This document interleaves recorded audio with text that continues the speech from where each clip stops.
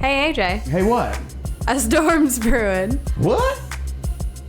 It's time to get on Atlas Shrugged. It's time to get on with Atlas Shrugged. I'm AJ. I'm Kaylee. Thank you so much for joining us. We are about to talk about episode 12, The Storm 12. of Avatar: The Last Airbender. Pretty big storm, and it seems like it's a pretty big deal for pretty much all of the key players here. I mean, score and 110 icy years ago. Preamble being, if you haven't listened to us before, we are married, and Avatar is my favorite show. AJ's never It is her seen favorite it. show. I can attest to this. He's never seen it, so we are watching the show together and talking about every episode. Pretty cool way to get into Avatar. And so far, I have not been disappointed, except with the very last episode that we watched. What? The Great Divide didn't... The Great Divide divided me into the, I think that stinks camp. Yeah, well, luckily, the Avatar fan base is pretty undivided on the episode The Great Divide. It's unanimous. It's Okay. trash. That's Yeah. good. I was afraid I was going to get hate mail,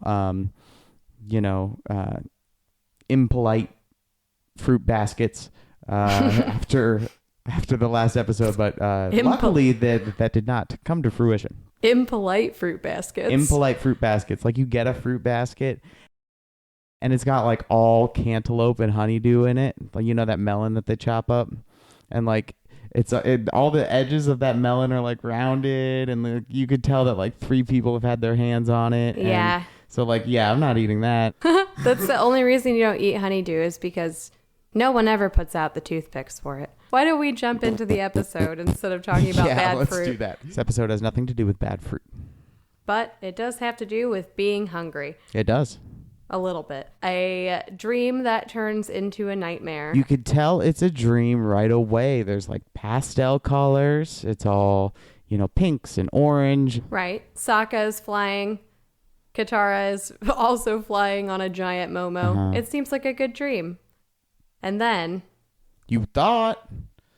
Dun, dun, dun. Turns into a nightmare. The repros of the episode. The phrase, "We need you, Aang. We need you." Mm-hmm. Very apropos for what Aang's character is going through right now. I think in a couple of previous episodes, we touched a little bit on the self-doubt of the hero. Yeah, and even though we all agree that The Great Divide was not our favorite episode, if you remember, if you didn't listen to our last episode, you can go back and listen to it. You can if you want. That episode ended with Aang coming into his avatar role and just being like, yeah, I lied to fix that problem. And then what do you know? This episode, it turns out, Aang needs to deal with maybe not another lie, but something he feels he's been hiding. Yes. Aang left off the last episode deciding to lie to solve a problem, and then Right. and then this episode, it turns out that not only has he lied, which, remember guys, he's 12, so that's like not that abnormal of a Just behavior. lied. Right. To like he's Everybody like, does it. okay, these people are annoying, like their problem doesn't matter, let's just fix it. That's how like young Aang thought about this.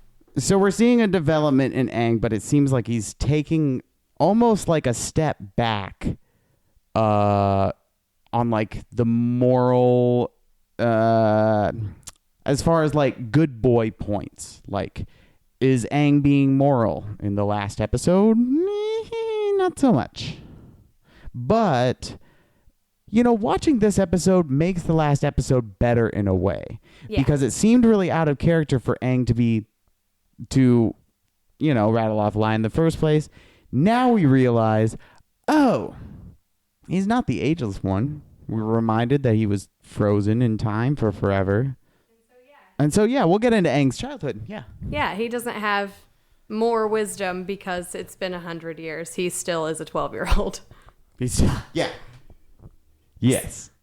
So, we open with the dream, and not only are Sokka and Katara a part of that dream, but also we see Monk Gyatso. Monk Gyatso. Gyatso. Monk Gyatso. Now, this is because I didn't do my research, but I thought he was Monkeyatso, like the first part of his name was Monkey. Again, I'm not an expert on anything. For the record, it has been really since episode 2 and we saw the Southern Air Temple that we've really talked about the monks of the air temples. So it's reasonable that you wouldn't have remembered Monk Gyatso's name. I still feel kind of dumb, though. Well, that's okay. We're going to learn like a whole lot more about Aang's culture in this episode. So let's get started. The dream happens. Mm-hmm. Gyatso, along with the recurring phrase, "We need you, Aang," asks, "Why did you disappear?" So we know, maybe that's what we're finally going to find out is, but like, why was Aang gone for 100 years? He was frozen in ice, but like, how did that happen? True. So the vision of Monkeyatsu appears in his dream, turns into a nightmare, and we get again this theme of the weight that's on Lil Aang's back with this, and we're going to find out a little bit more about his backstory. Yeah. And the crew is hungry. They wake up and ain't got any food. So we find the little port market.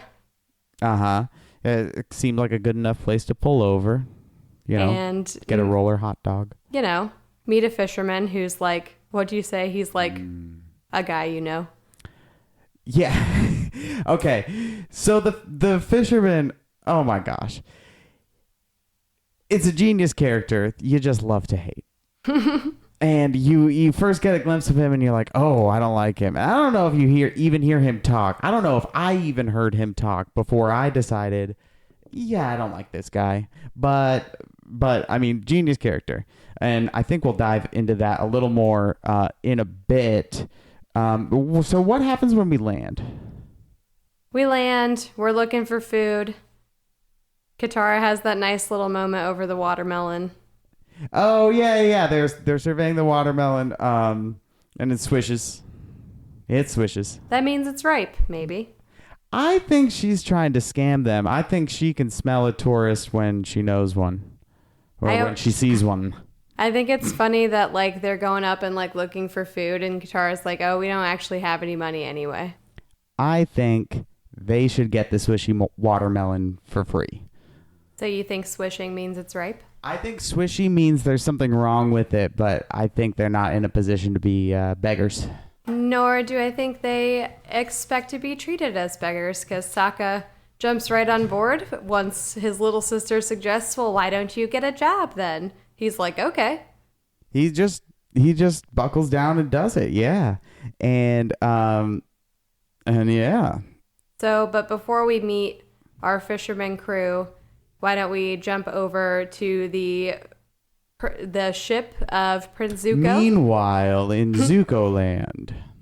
Yeah, so I like that cuts to Iroh and he just like sniffs the air. There's a storm coming. A great storm, yeah. And the way it cuts back and forth, we were noticing this the other day. We were watching The Mask. I was watching The Mask for the first time. And we saw this plot device. And then we saw it in this episode. And it's just like this plot device is all over the place. This nice little... the meanwhile, the evil people are doing blank. So in The Mask, it's like there's those mobsters... And right? Yeah, you remember like he hits the golf ball off like one of the henchmen's face. Right. And eventually, eventually the two plots like converge. Now we already know that Zuko is like after the Avatar and he's taking it pretty seriously. But it's still that same plot device. So I thought that was cool. Ambiguity, like that they're up to no good, but you're not exactly sure why. Yes. When will their paths meet? Does that make this an episode about origin stories? Origin stories, yeah. Yeah, I think so. I learned more about Aang today than I did in a lot of the other episodes. In ways, I learned more concrete things about him. Yeah. Also about Zuko. So right. The first time you see Zuko, right, the sky is still clear. He wants to chase the Avatar, but Iroh's like, a storm's coming. We need to change direction. And he has that confrontation with the ship captain. Right. And the ship captain is obviously like kind of over Zuko's attitude. He has not had a good attitude probably this entire time. But Iroh, with his sniffer, goes down and says, listen, y'all don't know about Zuko. And that's when he starts telling them the tale, right? Or does that come later? I can't remember. That comes later, but you do get a chance to see some of the tension between Zuko and crew. These guys are Fire Nation. They're not the ones who are banished. Zuko is banished. But they have to serve the prince on board this ship, and he is not nice to them. He's not very nice to them, which is sort of, I think, feeding Zuko's authority problems. I think we'll dive into those a little later, too. Yeah, I'd say Zuko has quite some issues with authority.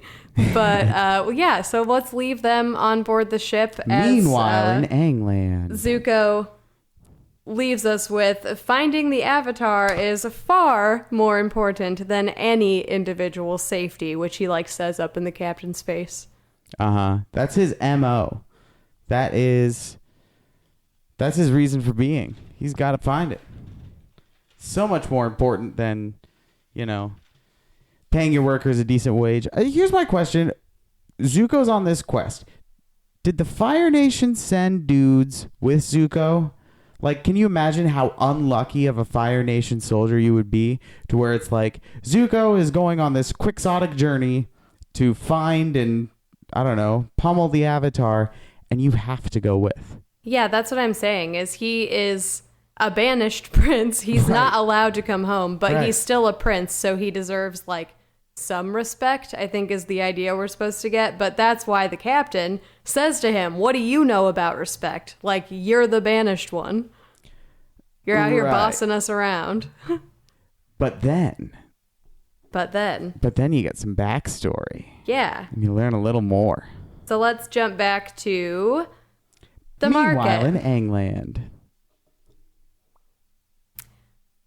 Okay, so Sokka gets a job right away, and we meet an interesting side character. An interesting side character who feels like, I don't know, all employers ever. He's just the worst. I'll pay you double. I'll pay you double. Right. I don't think that was the offer. He said that he was having a labor dispute, right? And he says, I could find somebody who gets double. Right. Who gets double the fish. He threatens his current employee, who we find out is his wife. Right. Thank you. Again, a labor dispute. Right. Right. Threatens her job with, I'll pay somebody double. And then Sokka's like, yeah, I'm going to jump on that ship. An old man who is actually literally another old man just yelling at a cloud. That's what I think of all those McDonald's dudes. The McDonald's clan. That's just capitalism in a nutshell. He's like, double? Who told you that?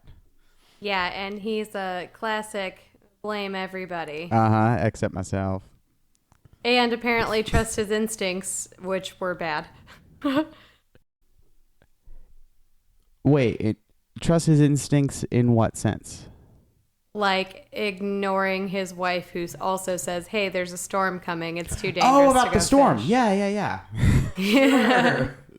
I almost forgot there was a storm brewing. It's in every nostril. This episode is called The Storm. Anyway. The big one. So let's talk about that confrontation they have with this guy for a second. Sokka signs up. He's going to go be a fisherman for a day. And Aang gets called out for his tattoos. Right. And they're like, hey, that's the savior of our world. Freaking hate that guy. Yeah, this skull guy. He's bitter. You're a horrible old man. He's terrible. He won't let anybody overcharge him for a hash brown. He's just the worst. It's like, even when faced with an actual child, being the avatar trumps that. And he's been gone for 100 years. There's a lot of anger over that. Yeah, and I wonder why he didn't think anything was amiss when he's clearly seeing like a 12-year-old boy. He knows about the avatar and like piecing out, but just like, oh yeah, he didn't age. Like no suspicion at all. I just thought that was weird. But yeah, I mean, he makes Aang feel so bad that this kid runs off, which is something we've really not seen Aang do. No, nobody. Aang has stood mightily against man and beast, but this thing really irked him. So yeah, the accusation, you turned your back on the world. That did it for him. Done. Running. So that's what I love about Katara, though. She jumps right on Appa and goes out and looks for him. Yeah. You know, they've been riding together for a long time, and maybe she recognized that that this was coming. This response to anything in Aang, or coming out of Aang was coming. Yeah. You know? It was Eventually coming. Gonna freak out. She's observed twice when she finally finds him in the cave. She says for the second time in the episode, does it have something to do with your dream? So, like, yeah, she sleeps next to him. She knows that he's having nightmares. Ow, ow. No, that's not what I meant. We're going to yet. take that one out. No, not yet anyway. Not Wink, wink. yet. Just kidding. Spoiler alert, jeez. So, Katara goes out and tries to find him. Does find him, right? Mm-hmm. And finds him in something of an allegory of a cave, or just a regular literal cave. Literal cave. I would say that this is a very allegorical tale, and it happens to take place in a cave. There could be a parallel there. Or just a little nod. They wanted to, throw feet Aristotle in the track title. Would you say that this is a shadows of the past as well as an origin story? So I would, yeah. So Katara goes up to him and is like, hey, Aang, what's wrong? And he's like, let me tell you what's wrong. At last.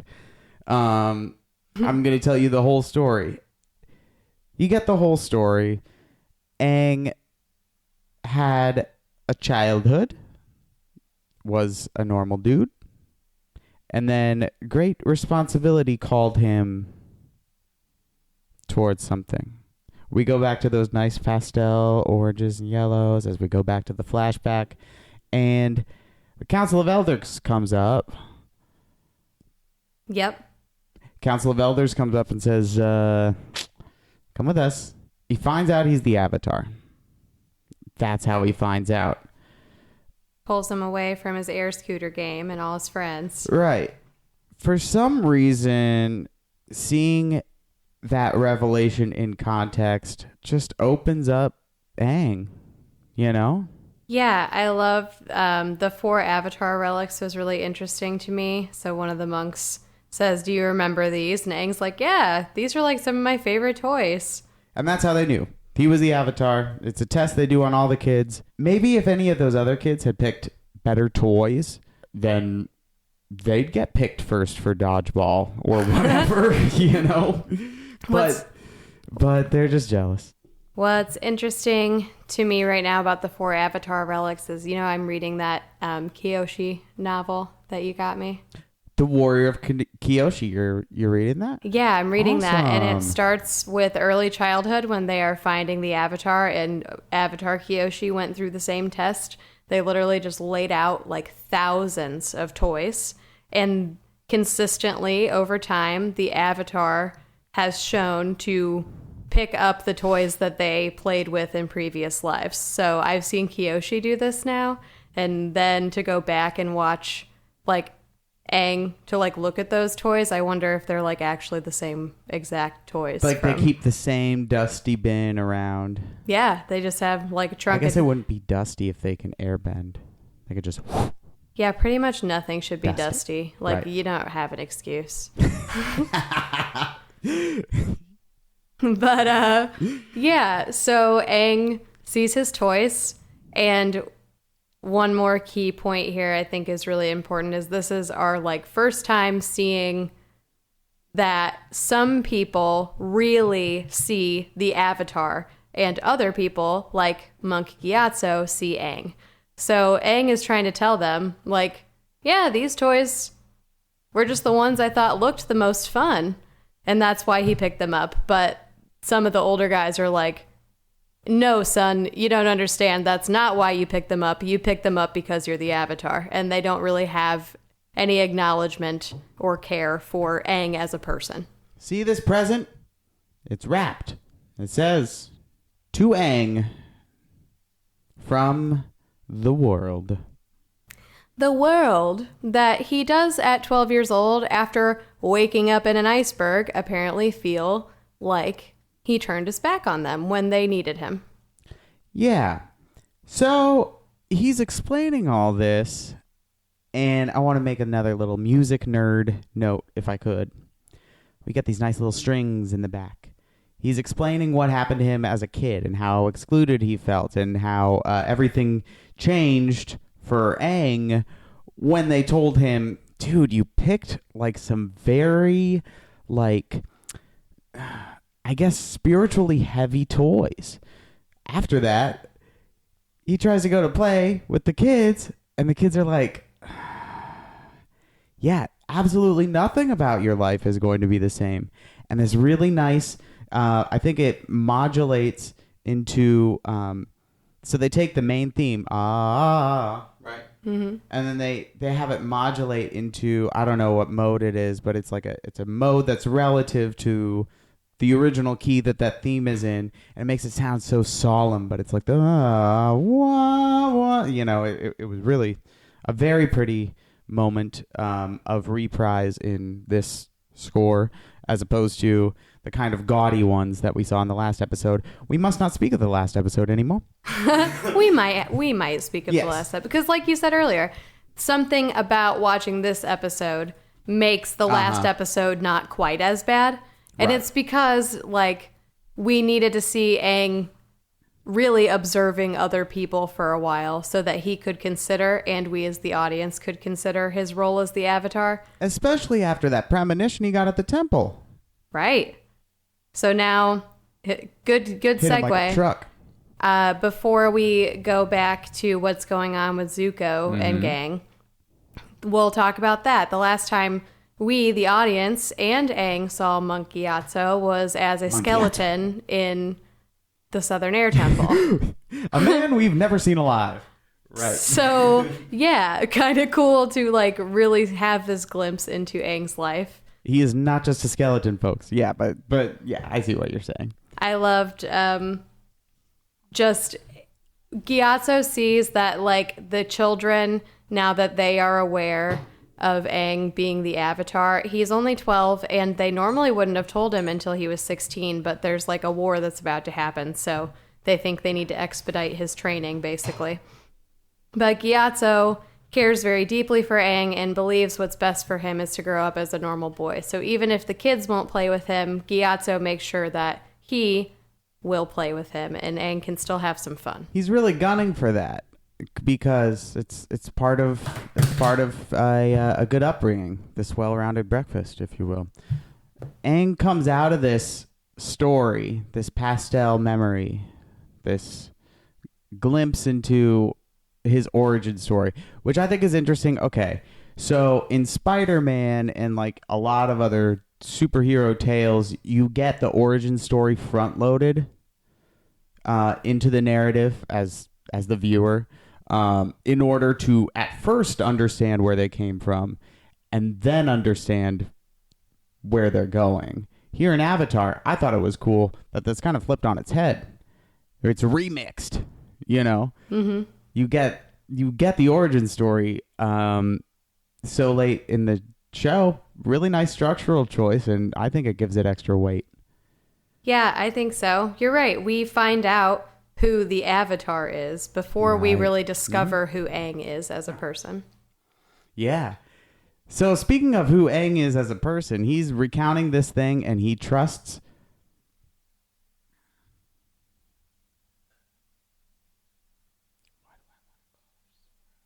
Katara. I knew that. He trusts Katara. This ain't Kingdom Hearts, okay? I mouthed the word Sora to Kaylee. I just had like a brain like, I just could not remember Katara's name. Anyway, I've been talking about her for hours at this point. So, right. He trusts Katara enough to confide that in her, but he wants to like withdraw it because we cut back to him and he's like, oh, I'm so mad. I'm going to raise a storm. Yeah, because the monks just said, Gyatso, sorry, you're too attached, and we're going to have to send Aang away so he can continue his training. Right. It's very critical that he learns how to save the world before he's tasked with doing that. And he's like, dang it. And she's like, dude, be careful. Hot cinders. Hot cinders. And see, as you know, AJ, I've also been binge watching Legend of Korra. I do know this. So what I am really paying attention to as I'm watching Avatar with you is sort of the difference between the Avatar's relationship with the Avatar state. Mm-hmm. And for Aang, being 12, this is clearly, when he starts glowing, an incredible amount of power. And we've seen him a few times when he gets very upset or he gets very angry. He flashes and loses control. He loses control, right. A fit of rage. A fit of rage, yeah. And it's because he feels so powerless. He has all this power and he feels like he's already missed his boat. Like, right. There's some things he can't get back because he's so powerful. And he says, that's... Katara's like, it's not your fault that they sent you away. And he's like, yeah, okay, but that's not really how it happened. Right. He's being so honest. Yeah. What really happened is when they were going to send me away, I ran away. Uh-huh. And that's, I think, about grief. And it's been a lot of episodes. It's been since episode 2 since we really talked about the fact that Aang's entire culture is gone. Everyone he loved and everyone he knew is gone. And he was a little boy who ran away from home because he was, what did he say? Afraid, confused, and I didn't know what to do. And the next thing he knew, he was waking up in a block of ice. He didn't know it was 100 years later. Yeah. And then he's got to find out for himself that there are no traces of what he knew. Right. He has to go on that fact-finding mission. Like, he can't just, pick up an atlas. And that he specifically is the one destined to protect the world from those situations. Him. Right. He feels deeply, desperately, I should have been there. Right. It's like, so am I on a team of world savers? Not necessarily. Just one dude. Just one guy. One man. Because he gives people hope. And Katara says, I understand how you're feeling, but regardless, I know that it was meant to be this way. Exactly. So don't be throwing those hot cinders around, because when you do, you start to look an awful lot like Zuko.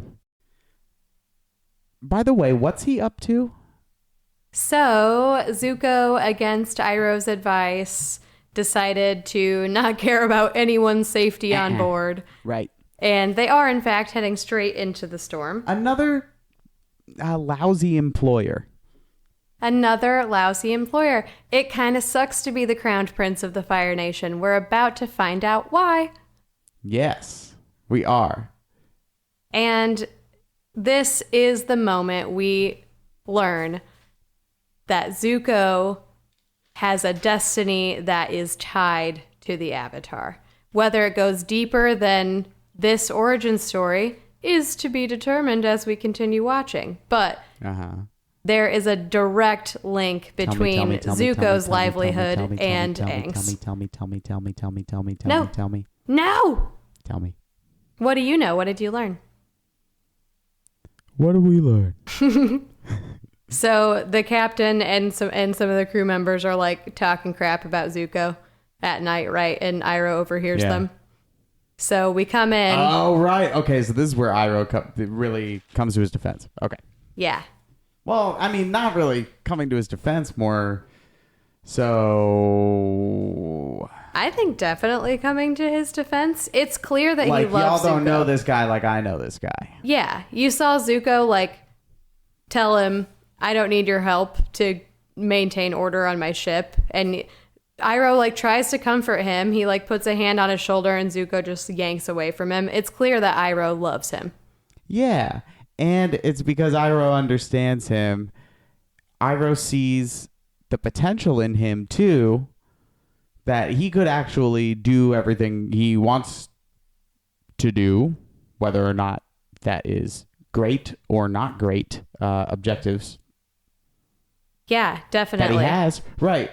And he sees that because he's been through so much and he's already sort of gotten the humble pie. He's eaten a slice of humble pie already. That unlocks a little bit of potential for him. Yeah, he's a complex, angsty teenager, that Prince Zuko.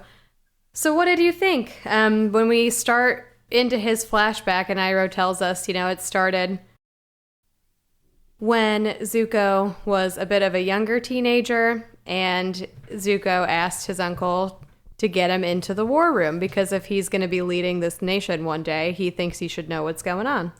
Funny how that's the opposite of what Aang wanted. I guess that's the difference between 12 and 16, right? Zuko's like, hey, I want to grow up faster. And Aang is like, hold up. Yeah, good observation. It's also maybe the difference between being raised knowing that you're a prince and being raised and finding out at a later age that you are somebody great. Yeah. Yeah, what's granted versus what's given. And what did you think of seeing Zuko without his scar? He looks less murdery. Yeah, he looks like there's still some joy in his eyes. Uh-huh. Right. While he has the innocence of youth, he's about to get it burnt off of him. Ouchies. Yeah, and this is the episode for me personally that I realized, oh, I like Zuko. Because he went into that war room and Iroh warned him, promise not to speak. But when he hears these generals, we're going to just sacrifice this entire division of people as a distraction. He's like, you can't just let our people die. These people love their country and they're out there fighting with their lives to protect us. And you're just going to sacrifice them without telling them? How can you betray them? I was like, oh, Zuko would be a good leader. Before such point, I just thought that Zuko was obsessed, which I related to a little bit because I can get a little obsessed about certain things at certain points. So I was already on Zuko's not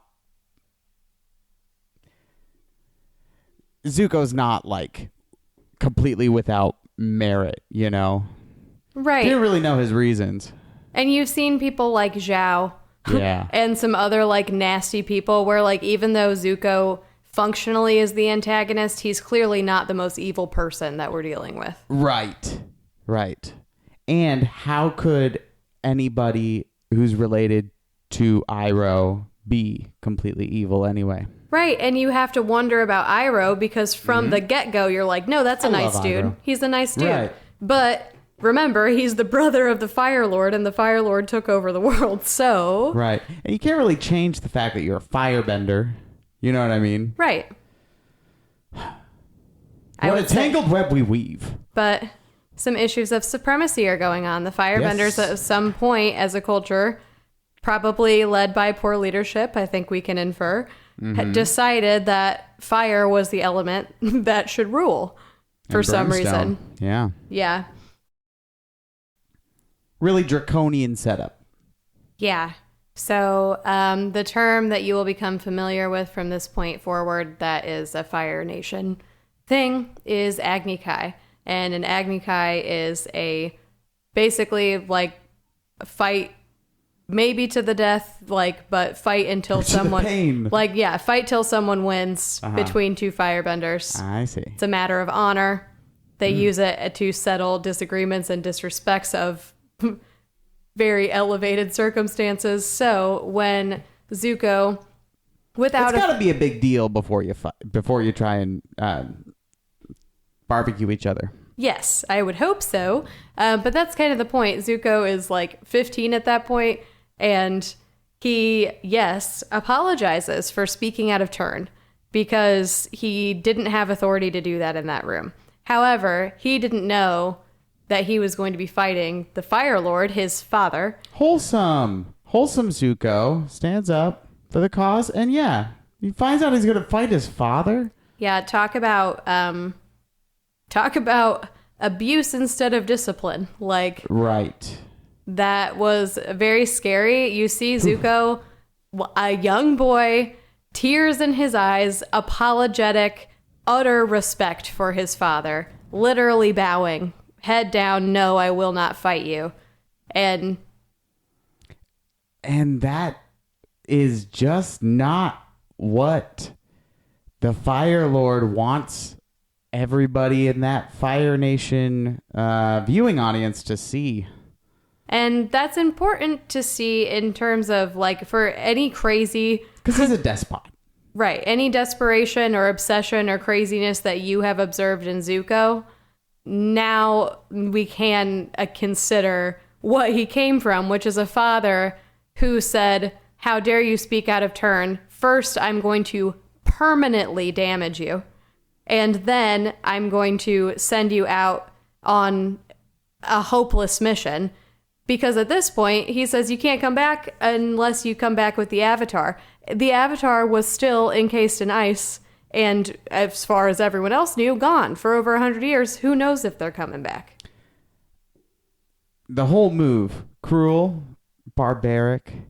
Like you said, the line between abuse and discipline crossed, obviously. Alpha dads betray their children at first. Yeah. Real alpha dads. He went down to his man cave and was like, did nothing wrong. Did nothing wrong. My son deserved it, and my subjects fear me now. Nice. All in a day's work. Everybody's a pawn. That's how despots act. And this is how you can see really clearly how much Iroh loves his nephew, because his brother is clearly a horrible person. Awful. And Iroh is going to defend Zuko. He knows that Zuko was not in the wrong, and what has been done to his nephew is wrong. And he's going to do so in public. Yep. And he will defend him despite his bad attitude, because they don't know what he's been through.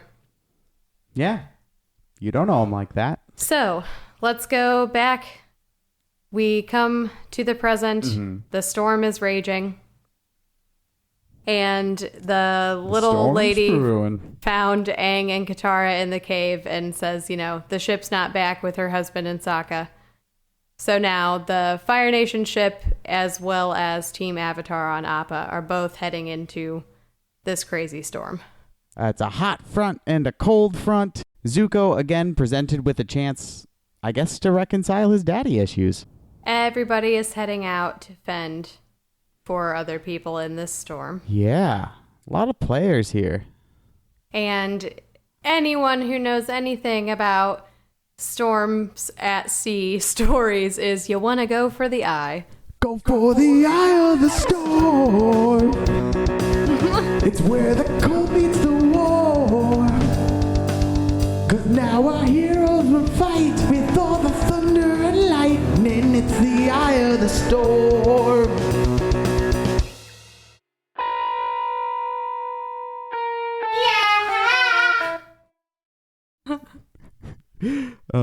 So, yeah, Iroh is a king. He just redirects lightning.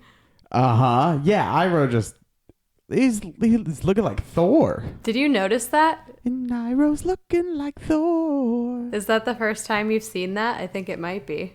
Yeah, that was nutty. Not the last good bending we get this episode either. There's so Iroh bends the lightning, and then what? The storm is getting bad, and lightning does strike the ship, and they all like go out to check and see like what got hit, and then Iroh redirects a second bolt of lightning. And Prince Zuko shows his honorable side and goes to rescue the helmsman that is dangling from the tower that was struck. He's sort of striking a different tone than earlier when he was like, you know, you guys don't matter to me. This episode, why do I keep thinking about like workers' rights? I mean, probably because you're concerned about the safety of the workers on this ship and other places, because they kind of called it out at the very beginning of the episode. Yeah. Sort of synthesizes nicely that theme of like the toll that one's purpose takes on them. Both in the heroes, not heroes, but hero and I guess anti-hero, Aang and Zuko, and then in underlings underneath them. I don't know why I'm so focused on the secondary characters. We're in the middle of a storm right now.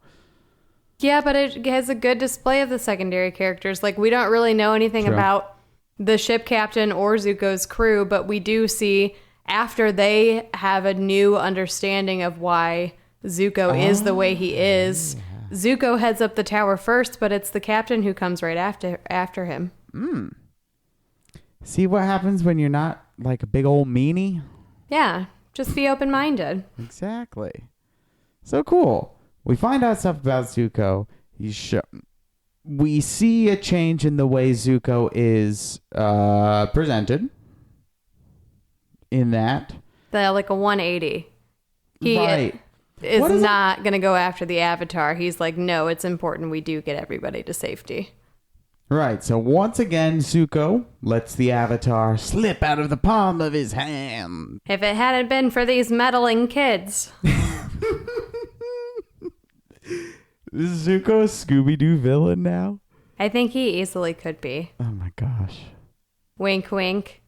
Am I foreshadowing the next episode? Is there a Scooby-Doo cameo in the next episode? No, there's not a cameo. Scooby-Doo isn't a Nickelodeon show. Man, you're sounding like me. I mean, yeah. I guess I am a little bit. Industry. Ooh. So, Zuko's crew is okay. Aang and Katara and Appa get to the ship and rescue the fishermen and Sokka. And then it's cool. It's like a direct parallel of what we saw in Aang's nightmare with him going underwater, and then how we saw him. Are we still calling that a nightmare? Isn't it a premonition now? Ooh. I think you could definitely call it a premonition. Like he has like this dream where his elder Avatar buddy comes up to him and he's like, hey, here's everything you need to think about in the next 24 hours. And that brings home that joke at the very beginning when Aang wakes up in the middle of the night and Sokka's like, do you want to hear about my dream? Like, no, dude, your dream was just a dream. The food eats you, right? What is cool about Aang going underwater and like seeing his loved ones float just like he did? He ran away, and this time he's not going to run away. Major deja vu. Kaylee, speaking of premonitions, had one that I would reckon myself an airbender if enough time passed, and I saw enough of this show. I said, no, I'm a waterbender. But it turns out Kaylee was right. The premonition was correct. I felt like an airbender in this episode. You did? Yeah. So I get it now. What made you feel like an airbender? I don't know. Many things. Number one, sweet robes. I didn't know that every airbender, like even like his classmates, if you want to call them that, like wore the same stuff. I didn't. He's just like in his native wear. I think that's cool. Yeah, and it's not like a costume. It's not a costume. It's what they all wore. I also think that the air scooter is cool. It's a good fit. Yeah, the air scooter looks really fun. Of all the horseplay that you can do with bending, that has my attention the most. So yeah, all of these reasons, and for I don't know, I just kind of related to Aang. That, I mean, you see how Zuko has... Who wouldn't relate to Aang? Yeah, Zuko has dealt with his new destiny by becoming obsessed with regaining his own honor. Yeah. And Aang, by contrast, wakes up, and now we know that feeling of he ran away from his big job, that feels like yesterday because he got frozen in a block of ice and then felt like he woke up. Something has changed in Aang. Last time he went all swirly underwater, he went to bed. This time he went all swirly underwater. He woke up. Ooh, prophetic. Ooh, that's When those tattoos glow, you Sharp. know. When the tats light up. Is there such a thing as a glow-in-the-dark tattoo? Definitely there is. Okay, so another reason that I am an airbender. Aang is my heart. That's the end. That's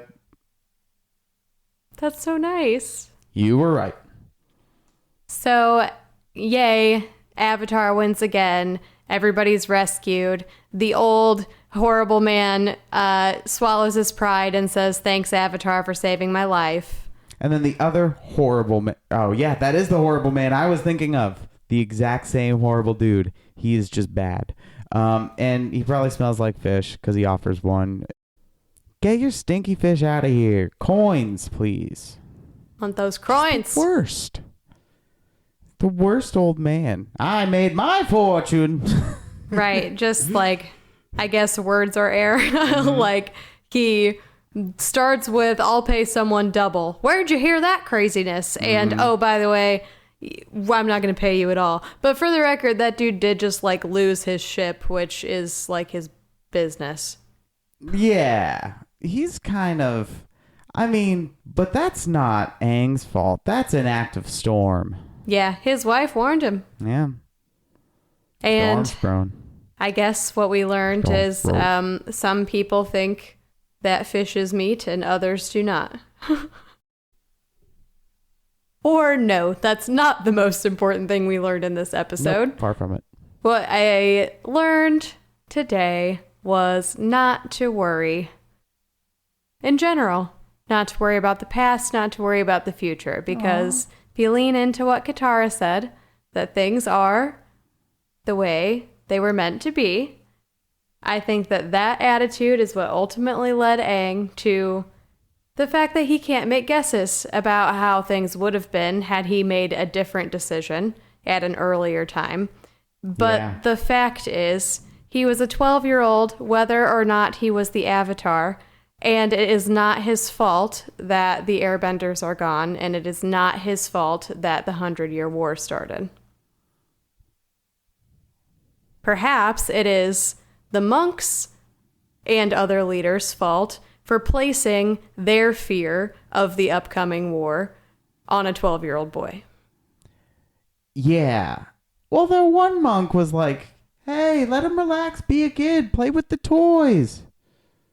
But something tells me they didn't even let him play with the toys he picked out. No, it was like they valued the role of the Avatar and what they felt like they needed him to do more than him being able to have his own life and grow up as a normal kid. And as soon as everyone found out he was the Avatar, he was isolated. That's just not how you do it, folks. Not how you do it. But no Avatar for you. You know what? Sokka and Katara didn't know all that. And even though they knew right away, like, oh, okay, this dude's the Avatar, they were his friends anyway. Yeah, they are quite literally ride or die. And as Appa looks off into the sunset, kind of like you were saying, like, don't let the past, like, don't dwell on the past and all that, move past it, move past the past. The English language is confusing. Side note. But kind of like you were saying that, what's the last thing that happens in the episode? Appa shakes it off. Appa shakes it off. Shakes it off. Shakes off the rain. Shakes off the storm. The storm has passed. We found the eye. We waited for it to pass. Yeah. We all overcame. Yeah. And look at that. We're at the end of the episode. So, AJ, Yes? what did you think of it? Show's okay. I don't know. I mean, I'll keep watching it with you if you want, but Eye roll. visible eye roll, audible eye roll. I get it all, folks. Right here. Next time, we are going to dive into one of my favorite episodes ever, The Blue Spirit. Since AJ just recently watched The Mask, I think that this next one is going to be really fun. I bet it will be. Thank you, Avatar folks, for welcoming me into your very cool guys club. Very cool guys. Very cool. Very cool. Super cool. I'm AJ. I'm Kaylee. And you are listening to, or you have just listened to, you will probably listen to Atlas Shrugged, the Avatar The Last Airbender podcast. We'll see you next time.